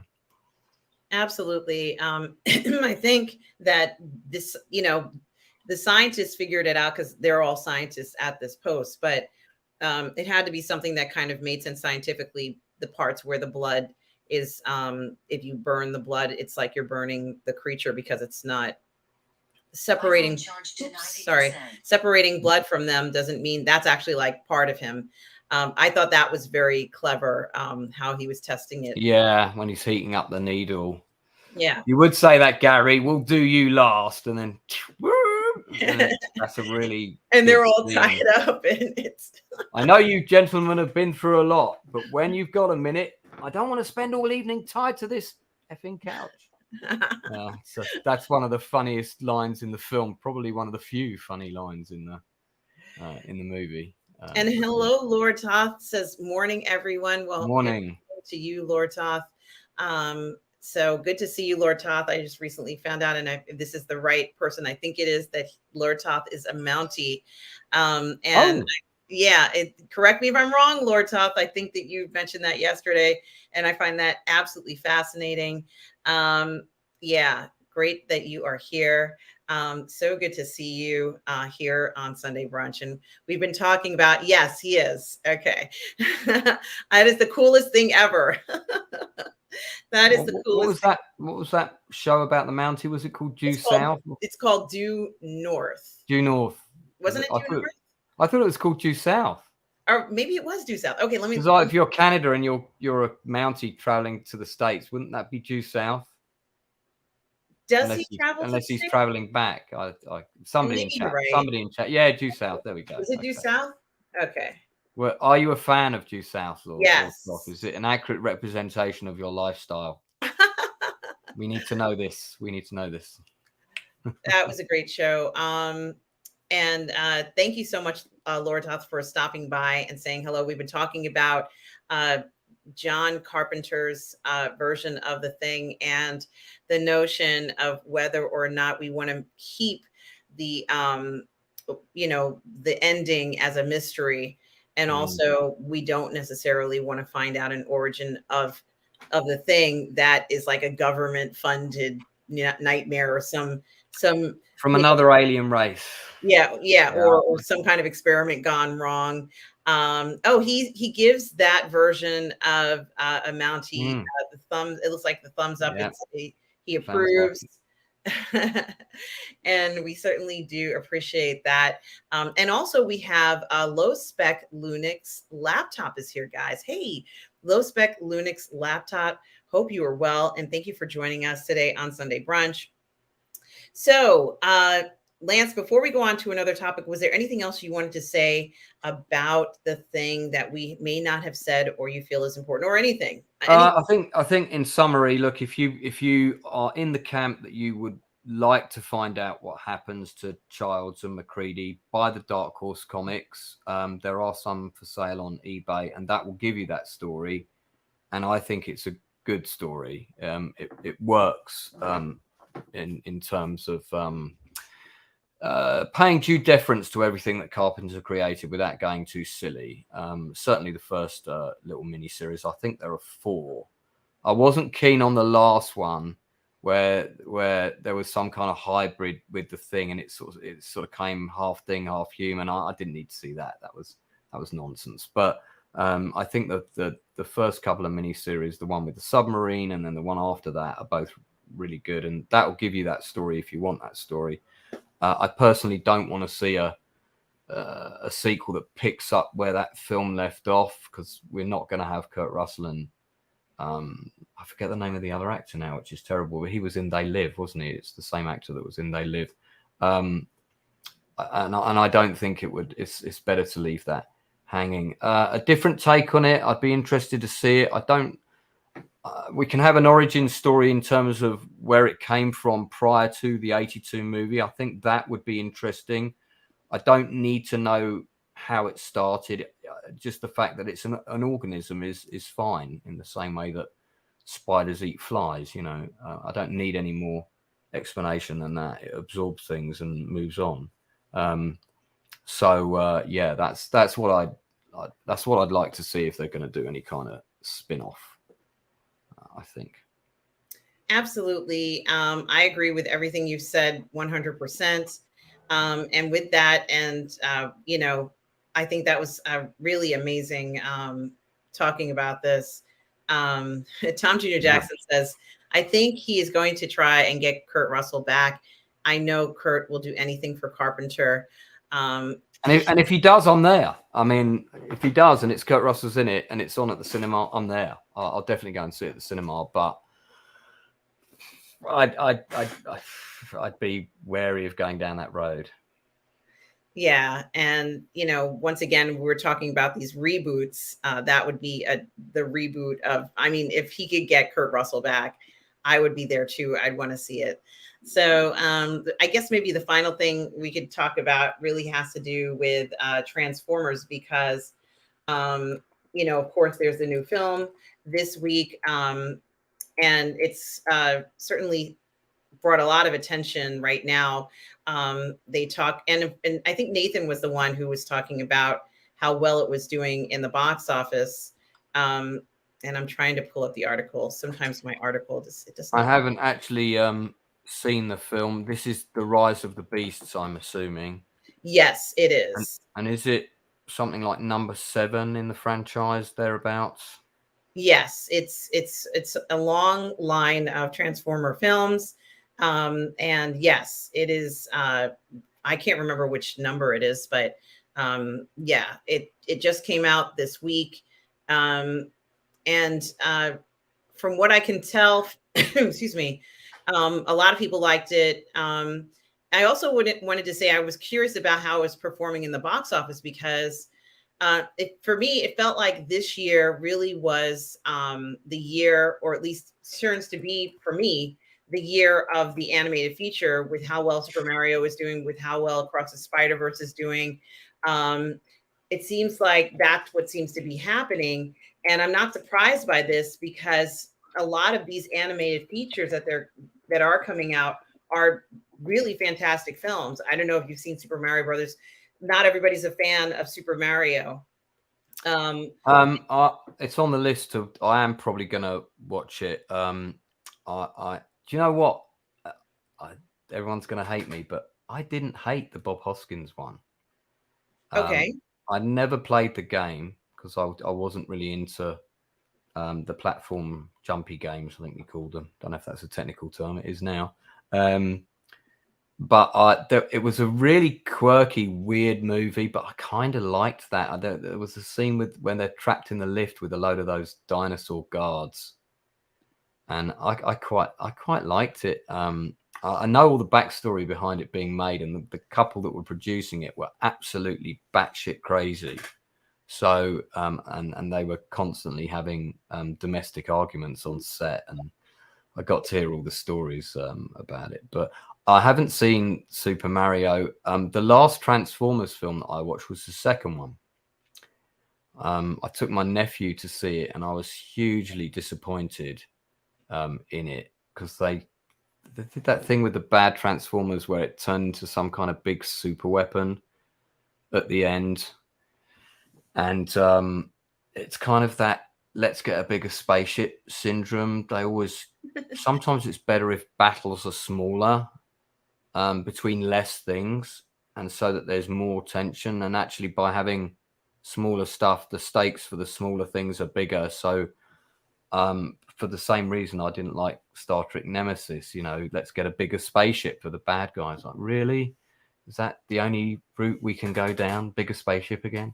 So after the second one, I think the other thing for me, and listen, this might have changed because I haven't seen the other Transformers films, is because then Michael Bay produced them. I don't know if he produced this one, but they were very Michael Bay style, which was the action was very fast and furious, and you couldn't. I lost track of which Transformer was shooting at which because everything was so quick. So I couldn't tell who'd been damaged or not been damaged, and so then I started kind of losing interest in the action scenes because I couldn't follow the stakes of the action scenes because I didn't know who'd been hit and who hadn't been hit and how badly they were damaged or how much damage they could take. It always just seemed that everybody ultimately survived, including even the bad guys who always kind of come back. So once you kind of establish that as a rule with your action in a franchise, it's the same reason I've stopped kind of watching superhero films, because people always seem to come back. Therefore, the fights kind of lose their stakes. Therefore, they become meaningless. And that's kind of what turned me off Transformers. I did love the original film. I like the technology. I love the way they're realized in the movie. They look great. They look amazing. But I just don't find the action exciting anymore. Now, I haven't seen all the other films in between, so you might be about to tell me that various characters have actually been killed now. Some of the robots have died forever. The stakes are completely different. It's different now. If that's the case, please jump in.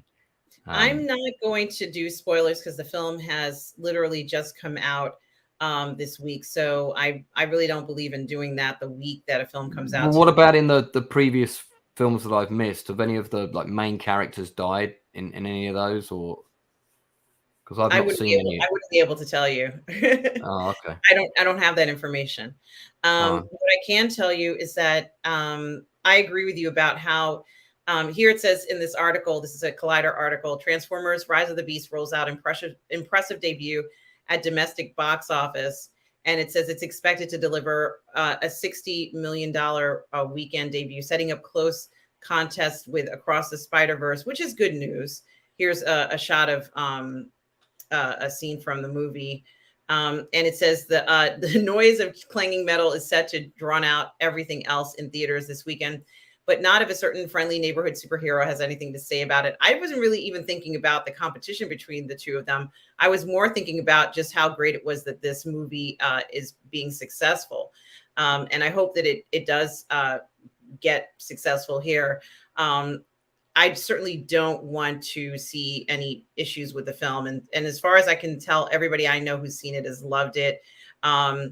Here it says, I think, Stavros says, only missing piece was Rat Trap, but they kept the jokes to a minimum. And Black Arcadia, another AWSM female member of the team, but it was diverse enough.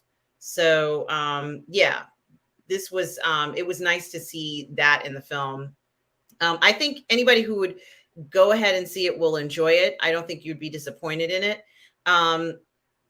Stavros also said Team Reinix Cheater and Primal, and I loved how they got Akri right.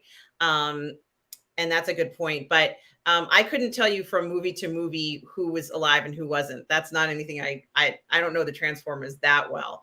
But I do enjoy watching the films.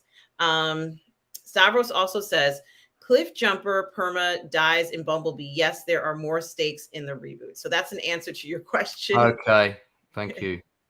Just if you wanted to know there. So, I mean, is the narrative of this latest one that there are sort of King Kong like beasts that are fused with Transformer technology? That's what I'm getting from the images I'm seeing. Is that the gist of it? Yes, it's the Rise of the Beast, exactly. Right.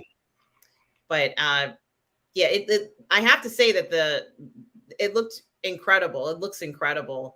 The hybrid that they were able to make of it, it looks amazing. Yeah, because I mean, the first movie, when was that? 2002, 3? It was a while ago. The technology is, it's really come a long way since then. So you'd expect everything to be I'm going to check. I think 2007. Okay, but yeah, I mean, certainly in the last 15 years, the CGI capabilities are just phenomenal now. It is phenomenal. Okay, we don't want to go there with the spoilers, so we're going to stay away from the spoiler section. In fact, there was a couple of the Outcast creative were in the last night. I think playing various soldiers and officers, and they built a fake Stonehenge.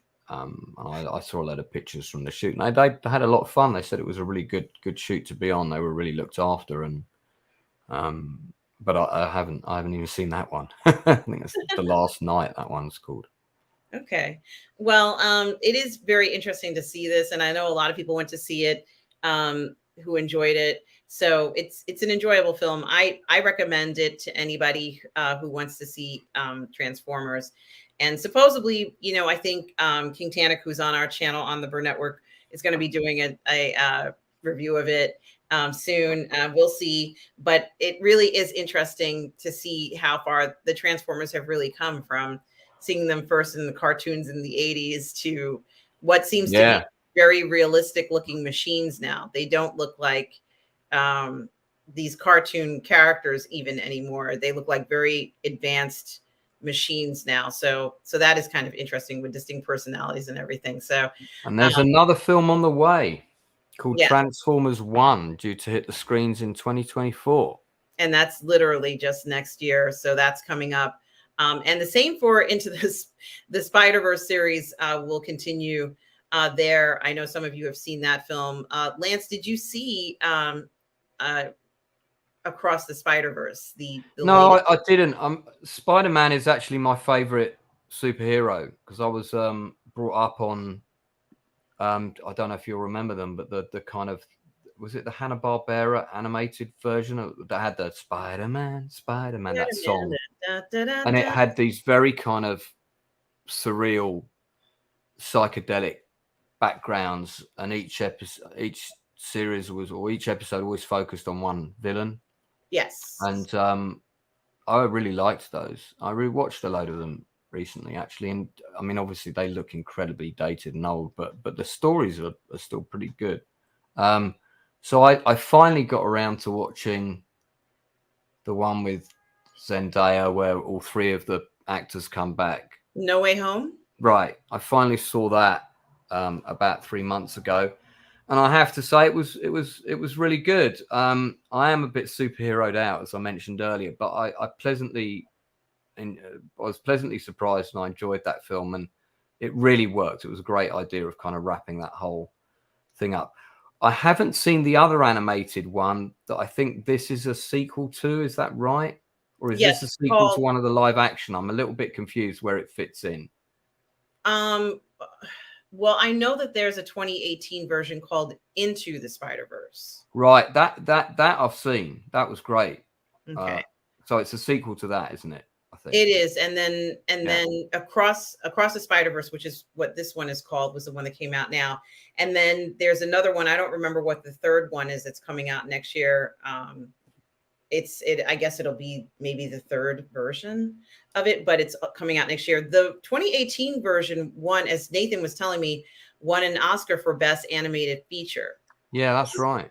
So, you know, a lot of people in the chat last week were saying that they think that the 2023 version, Across the Spider-Verse, will go ahead and possibly win animated feature again. I said, I'm not quite sure, because Studio Ghibli has a bunch of films coming out, or one or two films coming out, and their films are also very good. So, you know. Yeah, the sequel's called Beyond the Spider-Verse, release date March 29th, 2024. Oh, Tom just said it.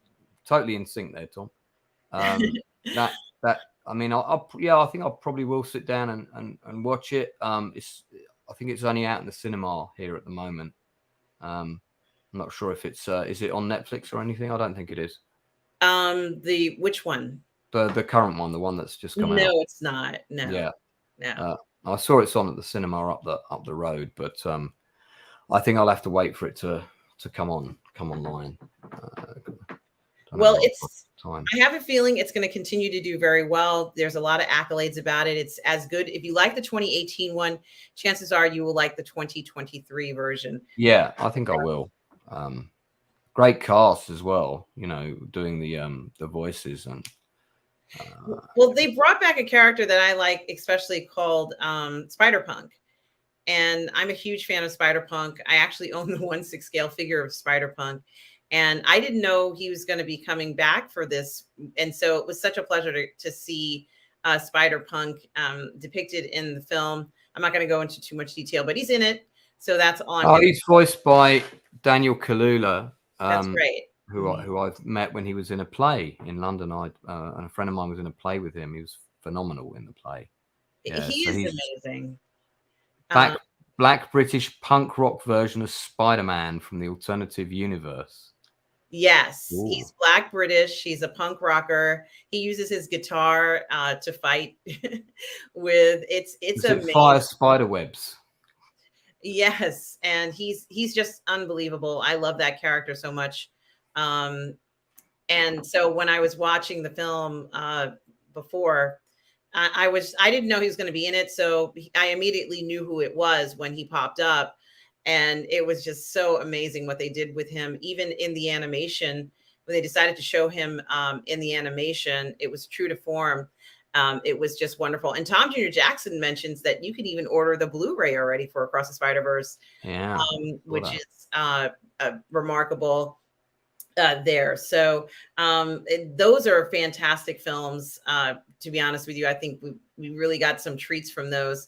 But as I said, although the Transformers is not an animated film, it feels like this is the year for the animated film, because when I went into my Regal app on my phone to see what movies were coming up over the next few months, because I just look ahead and see what's there, a lot of them are animated films, so many, in fact, and many that have already come out years ago, but they're showing them in the theaters again.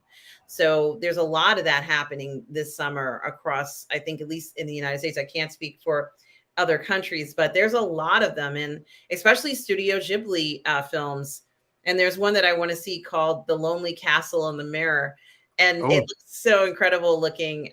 But those are some things that I'm looking forward to this summer coming up. Of course, everybody's looking forward to The Flash and Indiana Jones. Those are the two that are. I don't know that I'm looking forward to Indiana Jones, having seen the trailer. I'm a bit nervous about it. I want it to be good. Mm-hmm. I know that I'm looking forward to it. Well, something to think about. It's definitely on our mind. Goodness knows there's been a lot of talk about Indiana Jones, and there's been a lot of talk about The Flash. Boy, those two films have gotten a lot of commentary and analysis about them, for the most part, being very interesting in the sense that you have a star, Harrison Ford, who they've had to kind of manipulate his appearance in the film, and he has to but it's him, a younger version of Harrison Ford, which I'm fine with. Like, I don't care that it's supposed to be years before, so that should be interesting. And also, that started the whole argument about actors signing away their rights, their physical appearance rights. So if you go and do a film with, let's say, one studio, and you're signing away your physical appearance rights for the character that you play, that means that 50 years from now, even if you've passed away, they can replicate you on a computer and bring your character back and maybe revoice it with someone else. Of course, so it's brought up this whole big discussion around that, which I think is actually a really important issue. And I think actors should always be able to retain the rights to their physical appearance. It's insanity to give those away, because that's their livelihood. And also, once someone is deceased, they can't. It's not like they can tell their agent, yes, I want to do that sequel. No, I don't want to be in it. Thank you very much. If these people have got the rights to their face and they're just going to put them in it anyway. So, yeah, I have quite strong views about that. And I totally side with the actors' arguments on this. I think it's a dangerous world we're trending down. I get completely why they did it for Jones, and that's different because Harrison Ford is alive and he was able to veto all of that, those decisions. I'm sure they wouldn't have done it without his approval, but it is already happening elsewhere in the industry. It's a big talking point at the minute. It was actually on the news, the main news here yesterday. was a big story. So there you go. It is something to think about going forward for pretty much for everyone and for their work going forward. What will happen for things that you can't, necessarily answer for in the future. Mario Lopez says, of course, Kennedy will attack and insult the fans of Indiana Jones in an interview. It's sad that Hollywood doesn't understand that all we want is to respect all those old movies and characters. Okay, we hear you, Mario. There are a lot of people who are not fond of Kathleen Kennedy because of this reason. So I hear what you're saying, Mario, and thank you for sharing that with us. And here, of course, is the lonely. Yeah, I thought I'd grab that for you because I'm a big Studio Ghibli fan, and it just goes to show how much I've had my head in the sand with this theatre project and doing the book and things. I wasn't even aware that this movie was coming out. I can already tell from the poster I'm going to love it because I love Howl's Moving Castle. I think, see, one of the things I like about Studio Ghibli is not only are their stories great, I mean they're from traditional tropes, but they're presented in such an original way, and the design of the worlds is so unique and beautiful. It just proves, with a bit of imagination and a considerable amount of talent, you can make original content, films, TV shows, whatever that may be, that are of outstanding quality. You don't have to keep retelling the same stuff again and again. And I think Studio Ghibli is a really good example of a studio that has consistently over the years put good films out there. And you know what? They're not making 5 films a year. That's why. I don't think there's been a Studio Ghibli film that's been terrible in living memory. Obviously, everyone has their favorites, and some people relate to some of them better than others. But their quality has been consistently good. So, studios take note, I think. Can be done. Can be done. Absolutely. And when I first saw this film, advertised, the trailer and everything, the first thing that I thought about was Alice is Through the Looking Glass, because this is what it seems like to me. And I just thought that was just a very interesting way to introduce the story, because you can see, she's on the side of the mirror that you and I are on, and she's looking at us. But then, when she starts to look into that mirror, it's a whole nother world. It's such a great fantasy that it's bringing to you, and this is going to be an amazing story. So I am looking forward to that. It reminds me of The Lion, the Witch, and the Wardrobe, which was the first fantasy book I ever read. So it's got that kind of step into the cupboard, step through the mirror, come to the other world and have adventures. It's got that vibe for me, that's the perfect type of children's film, I think. I agree. And I think that it's something that is just so unique and so beautiful. So I am looking forward to that. And with that being said, Lance, I guess we're coming to the end of Sunday Brunch this morning. Lance, I guess we got to figure out where can people find you, Lance, if they need to get in contact with you? Well, obviously the Outcast Creative YouTube channel, which I dare say Tom usually pops it up for me on the chat, so I don't have to dash and get it.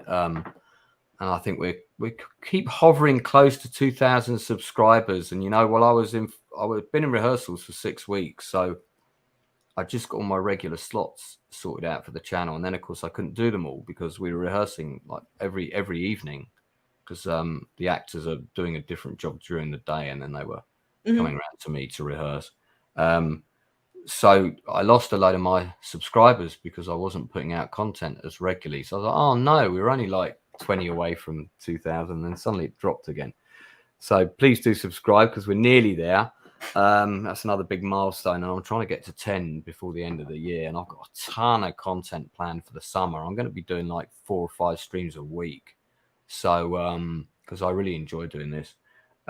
So Tuesday nights retro review with me and Matthew Holmes, who's also a film director like myself. So we always come at these things from a sort of unique production sort of perception and perspective. And then I do a weekly roundup on Wednesdays. The time of it varies a little bit. Sometimes it's earlier, sometimes it's later. I just talk about the stuff I've been watching. The White House Plumbers was the show that I've been recommending to everybody. I think it's a great show. Silo is another one. And I've got a friend called the Inside Man, who's somebody that's been working in the industry for 4 decades, who's now one of my regular hosts. I can't say his real name. He worked on Alien 3, for example. We had him on as a guest then when we were doing the retro review. Me and him go down all kinds of rabbit holes. We ended up talking about Warlords of Atlantis and Doug McClure films. So we've decided we're going to do a Doug McClure stream. So we'll be doing The Land That Time Forgot and all of those kind of 70s dinosaur things. So me and the Inside Man are going to do a few of those as well. And then you can also find us on Facebook, The Outcast Creative. We've got a Facebook page. They keep changing how that works. And sometimes I see messages that none of us have seen that have been there for like 6 months. They're not as easy to find as they used to be. Facebook's very annoying like that. And then I'm on Twitter, Lance Nielsen WD, if you want to follow me. I'm on Instagram, which I use like once a week or something.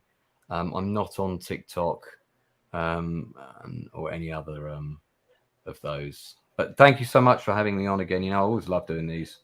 Yeah, you can always, if I'm available for anything you've got going on, I'll even come on a male appreciation stream if you want, because you always pick stuff that's really good, like Jack Reacher, which is a fantastic show. I absolutely love that show. Well, thank you, Lance, for the compliments, and it's a pleasure to have you here. Thank you for coming on to the show tonight.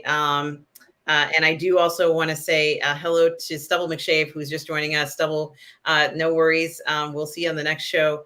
Good to see you as always. I'm going to be covering Andy Weir's Hail Mary novel with Stubble. Stubble, I have the audio book. There you go. So, Stubble, I have it, and I'm going to be listening to it. We're going to be doing something with that. I also want to mention Tom Jr. Jackson is going to be having Maria Espino, the CEO and president of The Last Prophecy Gaming Incorporated and director of Star Wars fan film The Chosen One. She has her own YouTube channel. I think I've seen that. I think I've seen that film. Yeah. And so he's going to be interviewing her on his channel. Also, let's see. I hope I got everything here. Thank you to everybody. Make sure you subscribe to Tom Jr. Jackson's channel. Guys, make sure you subscribe to my channel here, Positive Fandom.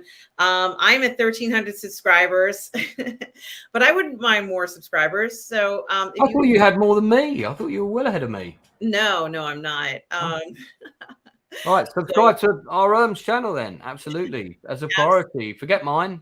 No, subscribe to both. Subscribe, guys. Support all of the creators that we've seen here today.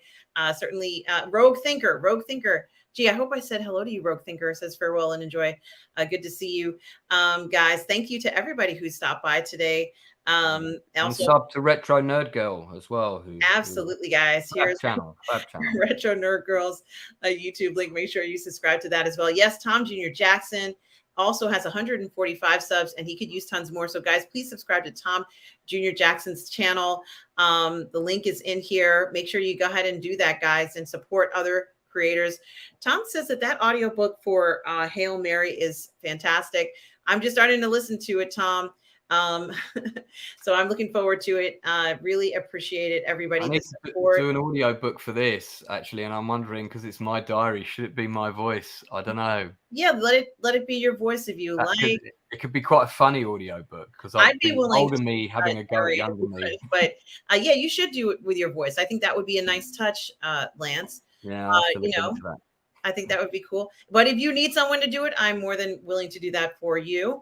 And Stavros says, by all, great insight. Thank you so much. And chat, yeah, it was great to hear everybody's thoughts. Mario Lopez, you take care of yourself and enjoy your week, Darth Plato. Everybody who was here, Lord Toth, my favorite Mountie, was here. Really enjoy hearing about that part. And Low Spec Linux Laptop, Stavros. That's a great name. Like that name. Yes. Absolutely love that. Guys, you are the best. So appreciate the support. Please share, like, and subscribe, Thalia. It's great to see you, Thalia, and Random Rick reviews as well. So great to see all of you today. Hope you're having a great day. Marco was also here. Marco, you met Marco. Lance, he was there the night I met you, Marco Lani. Oh, yeah, sure. Yeah, he was there at that time. And just want to say, and Luminar 843, the queen of 1/6 scale figure flex, was also here today. Good to see her. Hope she is well. Guys, you can check her out on the 1/6 scale Man Network. And Lugnut6, who's always giving me such sweet and kind compliments. I really appreciate that, Lugnuts. Darth Plato as well. The resident PGS historian, Gary Bando Sandwich Worthington as well.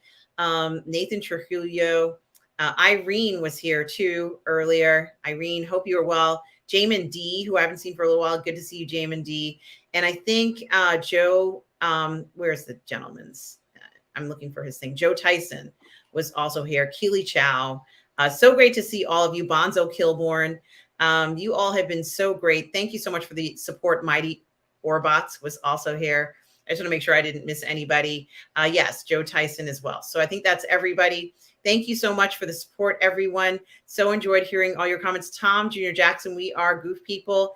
And guys, remember, no matter where you are in the galaxy, always remember to please be kind. Be kind. Take care, everybody.